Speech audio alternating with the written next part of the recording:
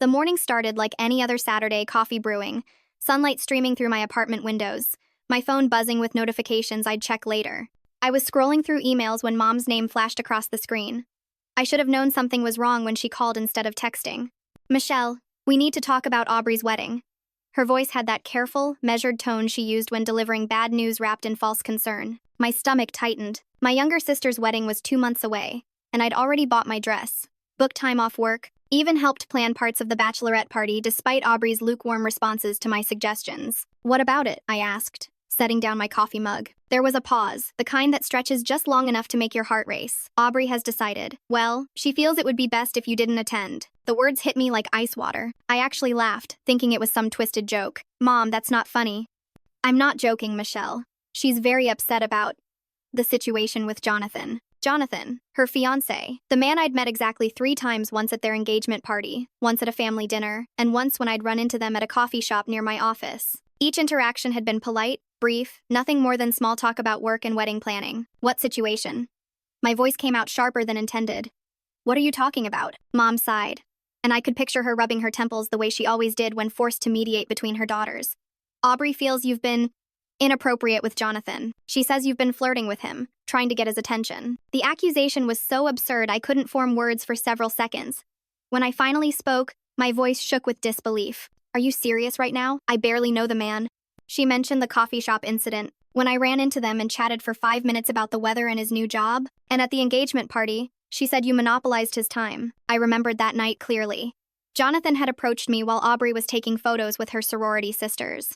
We'd talked about my work in marketing because he was considering a career change. It lasted maybe 15 minutes before Aubrey swooped in, linking her arm through his and leading him away without a word to me. "Mom, this is insane. I've done nothing inappropriate. You know me better than this." "I know, sweetheart, but Aubrey is very emotional about this. She's always been sensitive about these things." Sensitive. That was the family's code word for Aubrey's jealous streaks, her need to be the center of attention, her tendency to view any positive interaction between me and anyone in her orbit as a threat. It had been this way since we were kids. If I got a compliment on my grades, she'd cry about being stupid. If I made the soccer team, she'd quit sports entirely and claim I'd stolen her dream. "So let me get this straight," I said, pacing my living room now, anger building with each step. "My own sister is banning me from her wedding based on completely fabricated accusations, and you're just going along with it? It's her wedding day, Michelle. We need to respect her wishes." Her wishes to humiliate me? To exclude me from a major family event based on lies? Don't be dramatic. It's not about humiliation. She just needs to feel secure on her special day. Dramatic. There, it was another family favorite. Whenever I stood up for myself, whenever I pointed out the obvious favoritism or unfair treatment, I was being dramatic. Aubrey could throw tantrums, make demands, spread lies, but I was dramatic for having a normal human reaction to being wronged. "Does Dad know about this?" I asked. He thinks it's best to keep the peace." Of course he did. Dad's solution to everything was to take the path of least resistance, which usually meant giving Aubrey whatever she wanted while expecting me to be the bigger person, the understanding one, the one who didn't make waves. "And what about the rest of the family? Aunt Sarah? Our cousins? What are you going to tell them when they ask where I am?" Mom hesitated. "Aubrey has already told some people you're unable to attend due to work commitments. She's already spreading lies about this." My voice cracked. "Mom, do you understand what you're enabling here? Michelle, please, just give her this. After the wedding, things will calm down and—" "No." The word came out firm, final. "No, I'm not going to pretend this is okay. I'm not going to let her paint me as some kind of homewrecker when I've done absolutely nothing wrong. No one's calling you a homewrecker." "Then what exactly is she telling people? That I had urgent spreadsheets to review? Come on, Mom. We both know how Aubrey operates. She's probably spinning some story about how I tried to seduce her fiancé and she had to protect her relationship." The silence on the other end told me I'd hit close to the truth. "I have to go," Mom said quietly. "Please, Michelle, just think about it. Think about the family." She hung up before I could respond. Think about the family. I'd been thinking about the family my whole life, keeping quiet when Aubrey took credit for my ideas, smiling through holidays where my achievements were glossed over while hers were celebrated, pretending not to notice when my parents gave her money for her 3rd attempt at college while telling me they couldn't help with my student loans because I should be independent. I spent the rest of that Saturday in a haze of hurt and anger. I called my best friend, Sarah, not to be confused with Aunt Sarah, and told her everything. She wasn't surprised. "Michelle, I've been watching your family dynamic for years. This is just the latest in a long pattern. The question is, what are you going to do about it?" What could I do? I couldn't force my way into a wedding where I wasn't wanted. I couldn't make my parents see the dysfunction they'd created and enabled. I couldn't make Aubrey tell the truth. Sunday passed in a blur. I didn't answer calls from my parents or respond to Aubrey's smug text that simply said, "Hope you understand. It's nothing personal. Nothing personal." Being accused of trying to steal your sister's fiancé and banned from her wedding was apparently nothing personal. Monday morning, I was at my desk, trying to focus on work when my phone rang. Unknown number. I almost didn't answer, but something made me pick up. "Is this Michelle?" The voice was familiar but unexpected. "Jonathan?" "Yeah, hey, I'm sorry to call you out of the blue like this. I got your number from your mom. I hope that's okay." My heart pounded. Why was my sister's fiancé calling me? This could only make things worse. "Jonathan, I don't think. Please, just hear me out. Aubrey told me you're not coming to the wedding. She said you declined the invitation because of work, but that didn't sound right to me. You seemed excited about it when we talked at the coffee shop." I closed my eyes, leaning back in my office chair. "Jonathan, I think you should talk to Aubrey about this." I did. She got defensive, started crying, and then finally admitted she told you not to come. "Michelle, what's going on? Why would she ban her own sister from our wedding?" The genuine confusion in his voice made something crack inside me. He didn't know. She hadn't told him her real reason, probably because she knew how insane it would sound. "You should ask her that," I said carefully. "I'm asking you, please. I'm about to marry into your family. If there's something I should know." I thought about Mom's words, think about the family. But what about my dignity? What about the truth? "She thinks I've been inappropriate with you," I said quietly. "She's convinced I've been flirting with you, trying to get your attention. She told our parents I make her feel insecure, so she doesn't want me at the wedding." The silence stretched so long I thought he'd hung up. That's insane," he finally said. "You've been nothing but polite and friendly. We've barely even talked. How could she?" He trailed off, and I could hear him breathing heavily. "This explains so much." "What do you mean?" I asked, though I wasn't sure I wanted to know. "The jealousy. The accusations. She gets upset if I mention any woman from work. She went through my phone last month because she thought I was texting someone inappropriately. It was my cousin asking about wedding gift ideas. And now this, with you. Jonathan, I don't want to get in the middle of..." "You're not getting in the middle of anything. You're already in it. She's made you the villain in some story she's created, and honestly, I'm starting to see a pattern I've been ignoring. Look, every couple has issues to work through. Does every couple involve banning family members based on false accusations? Michelle, she told me last week that she didn't want my sister's kids at the wedding because she thinks my sister is trying to upstage her by having cute children. These aren't normal issues." I didn't know what to say. Part of me felt vindicated that someone else was finally seeing what I dealt with for years. Another part felt guilty, like I was sabotaging my sister's relationship. "I need to think," Jonathan said. "I'm sorry this is happening to you. You don't deserve this." After he hung up, I sat at my desk, staring at my computer screen but seeing nothing. I had a feeling I just lit a fuse, though I hadn't meant to. The explosion came faster than expected. That evening, my phone buzzed with texts from Aubrey. The first one was in all caps. "What did you tell him?" Then, "Jonathan just called off the wedding unless you're invited. What did you do?" And, "You've always been jealous of me. You couldn't stand to see me happy. And answer me. And this is all your fault." I didn't respond. What was there to say? I told the truth when asked directly. If that was enough to make Jonathan reconsider the wedding, that said more about their relationship than anything I could have done. Mom called next. "Michelle, what did you do?" "Jonathan is at their apartment, telling Aubrey he won't marry her if she's going to treat family this way. She's hysterical." "I didn't do anything, Mom." He called me, asked why I wasn't coming to the wedding, and I told him the truth. "You should have lied." "Lied? You wanted me to lie to cover for Aubrey's cruel behavior?" "To keep the peace. Now the wedding might be called off." "If the wedding gets called off, it's because Jonathan is seeing who Aubrey really is. That's not my fault or my responsibility." The next few days were a tornado of family drama. Aubrey had mobilized the extended family, telling them I had deliberately sabotaged her wedding out of jealousy. Some believed her, mostly the relatives who had always seen her as the golden child who could do no wrong. Others were skeptical, especially those who'd witnessed years of similar behavior. Aunt Sarah called me Wednesday night. "Honey, I just wanted you to know I don't believe a word of what Aubrey's saying. I remember when she tried to claim you deliberately failed your driving test to steal attention from her sweet 16. Some things never change." It was a small comfort, but it meant something to have at least one family member see through the manipulation. Thursday brought a new development. Jonathan had given Aubrey an ultimatum. Either I was invited to the wedding with a genuine apology, or the wedding was off. He'd also insisted on couples counseling before they walked down the aisle. Aubrey's response was to double down. She called me that night, and against my better judgment, I answered, "Are you happy now?" She was crying, but it was the manipulative kind of tears I'd heard so many times before. "You've ruined everything. Jonathan thinks I'm some kind of monster because of you. Aubrey, Jonathan thinks what he thinks because of your actions, not mine. I knew you wanted him, I could see it from the beginning. The way you looked at him, Stop. My voice was firm. Stop right there. We both know this isn't about Jonathan. This is about you needing to be the center of attention, needing to be the only one who matters. You've done this our whole lives. That's not true. Really? What about when you told Mom I was bulimic in high school because she complimented my prom dress? Or when you spread rumors that I cheated on my SATs because I scored higher than you? Or when you told my ex-boyfriend that I was seeing someone else because you wanted him to ask you out instead? Those were misunderstandings. They were lies, Aubrey. Deliberate, malicious lies designed to hurt me and make yourself look better. And this? This is just the latest and biggest one. If you had just stayed away from him. I did stay away from him. 3 conversations, Aubrey. 3 brief public conversations. That's the extent of my interaction with your fiancé. If that's enough to threaten your relationship, the problem isn't me. She hung up on me. Friday morning, I woke up to find my car had been vandalized. Someone had keyed homewrecker into the driver's side door. The security camera footage was conveniently corrupted, but I had a pretty good idea who was responsible. I filed a police report.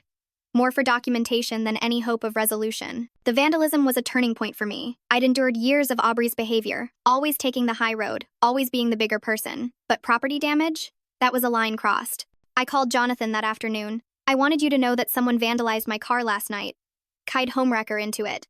Jesus Christ, he muttered. Michelle, I'm so sorry, was it? I can't prove anything, but the timing is pretty suspicious. This is insane. This has gone way too far. He paused. I ended things with Aubrey this morning. I felt my stomach drop. Jonathan, I never wanted. I know you didn't. This isn't about you. It's about seeing who she really is and realizing I can't marry someone who treats people this way, especially family. The car thing. That's criminal behavior. That's not someone I can build a life with. After we hung up, I sat in my damaged car, running my fingers over the scratched paint. The word meant to shame me somehow freed me instead. I was done protecting Aubrey, done keeping family secrets, done being the scapegoat. That weekend, all hell broke loose. Aubrey had told everyone that I'd seduced Jonathan, that I'd been having an affair with him for months. She claimed she'd caught us together, that I'd begged him to leave her. The lies were so elaborate, so detailed, that some people actually believed them. My phone rang constantly. Some calls were from family members demanding explanations. Others were from Aubrey's friends, leaving vicious voicemails.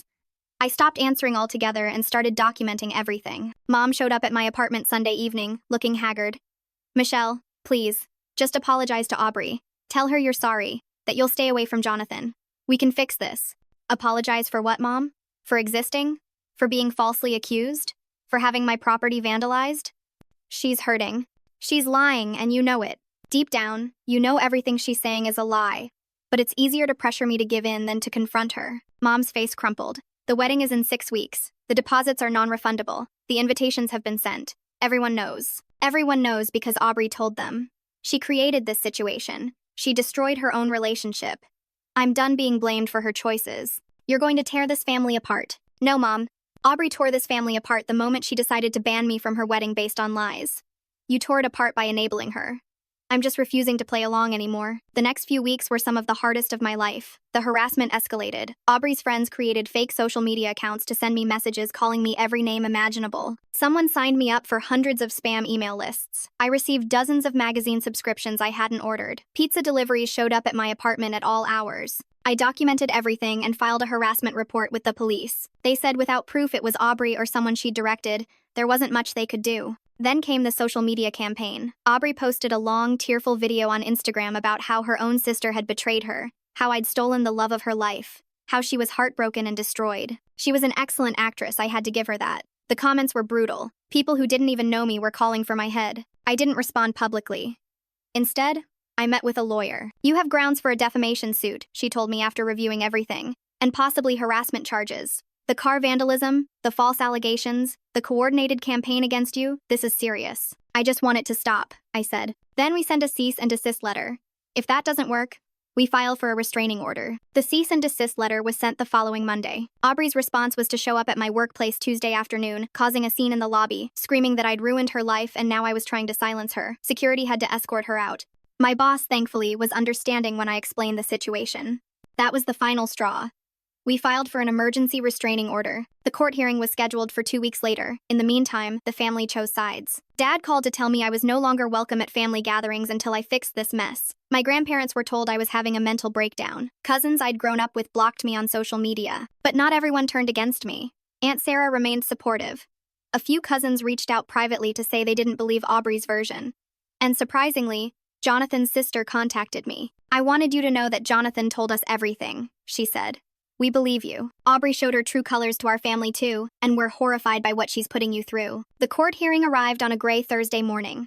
I sat with my lawyer, folders of evidence between us, screenshots, police reports, witness statements. Across the courtroom, Aubrey sat with our parents, dressed in a demure outfit I'd never seen her wear before, clearly playing the victim role. When it was my turn to speak, I laid out everything: years of false accusations, the escalating harassment, the vandalism, the workplace incident. I kept my voice steady, factual, letting the evidence speak for itself. Aubrey's defense was that I destroyed her life by seducing her fiancé, that everything she'd done was a natural response to betrayal. But when pressed for evidence of this alleged affair, she had nothing but tears and accusations. The judge's decision was swift and decisive.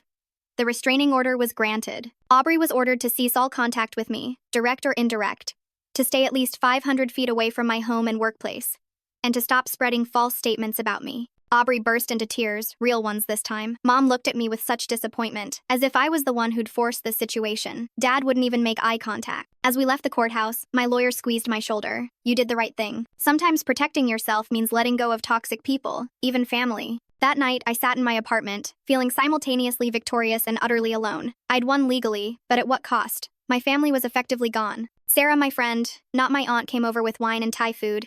You know what? You're free now. Free from the drama, the manipulation, the constant walking on eggshells. This feels like a loss, but it's actually liberation. She was right, though it would take time to feel that way. 2 days later, Jonathan sent me a message. I heard about the restraining order. I'm sorry it came to that, but I'm glad you're protecting yourself. I wanted you to know I'm moving to Seattle for a fresh start.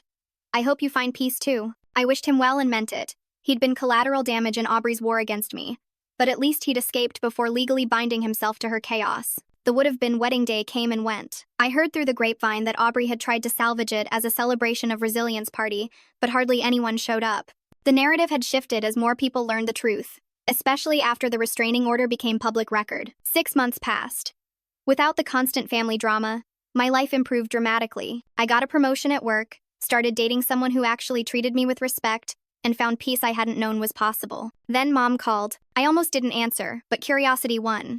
Hello, Mom, Michelle. Her voice was different, older, tired. I'm calling to apologize. I stayed silent, letting her continue. Aubrey's been living with us since the wedding fell through. And these past months, I've seen things, behaviors, the lies, the manipulation. She's turned on your father when he suggested she get a job. She's accused me of sabotaging her when I wouldn't give her money for another scheme.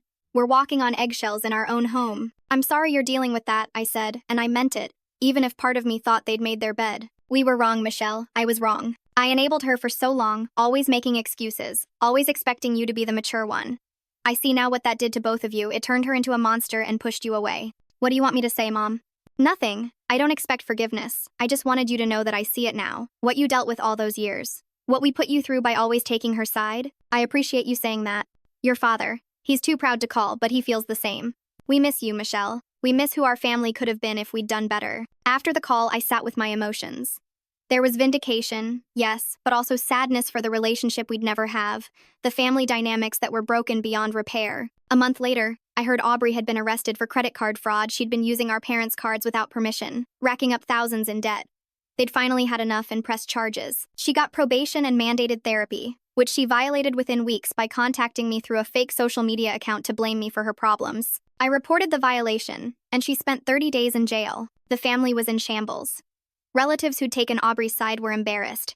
Those who'd remained neutral wished they'd spoken up sooner. The golden child had fallen, and the scapegoat had escaped. It's been 2 years now since Aubrey's wedding imploded. I still have the restraining order. It was extended after she violated it twice more, each time resulting in legal consequences that she brought entirely on herself. My parents and I have slowly rebuilt a relationship, though it will never be what they probably hoped for. We have lunch once a month, carefully avoiding any mention of Aubrey. They've aged considerably, worn down by the chaos they once enabled. They're in therapy now, individually and together, trying to understand how they let things get so bad. Aubrey, from what I hear through the legal system's updates, continues to spiral. She's been arrested twice more, once for harassment of another woman she accused of stealing a boyfriend, once for vandalism. She refuses to accept responsibility for anything, still painting herself as the victim of everyone else's jealousy and cruelty. Sometimes I wonder if things could have been different. If our parents had recognized the problem early, gotten her help, held her accountable.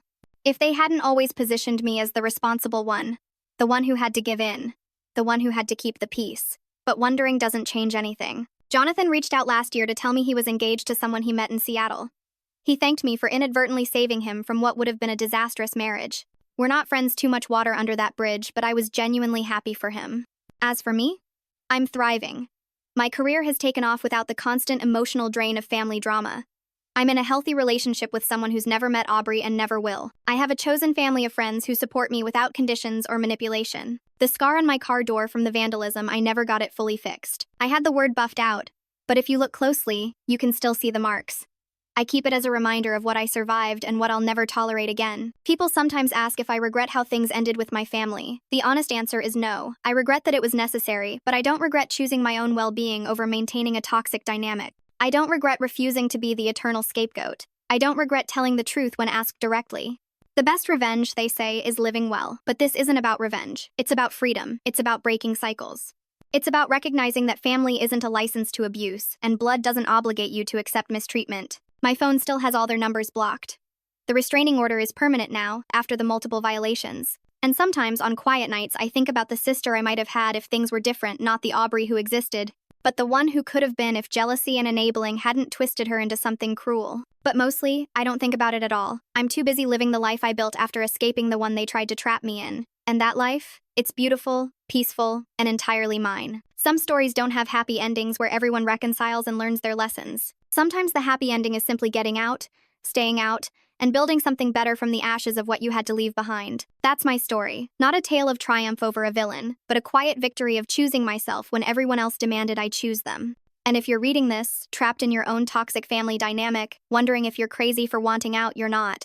Sometimes the most loving thing you can do, for yourself and even for them, is to walk away and stop enabling the dysfunction. The price of peace was everything I thought I couldn't live without. Turns out, I couldn't truly live until I let it all go.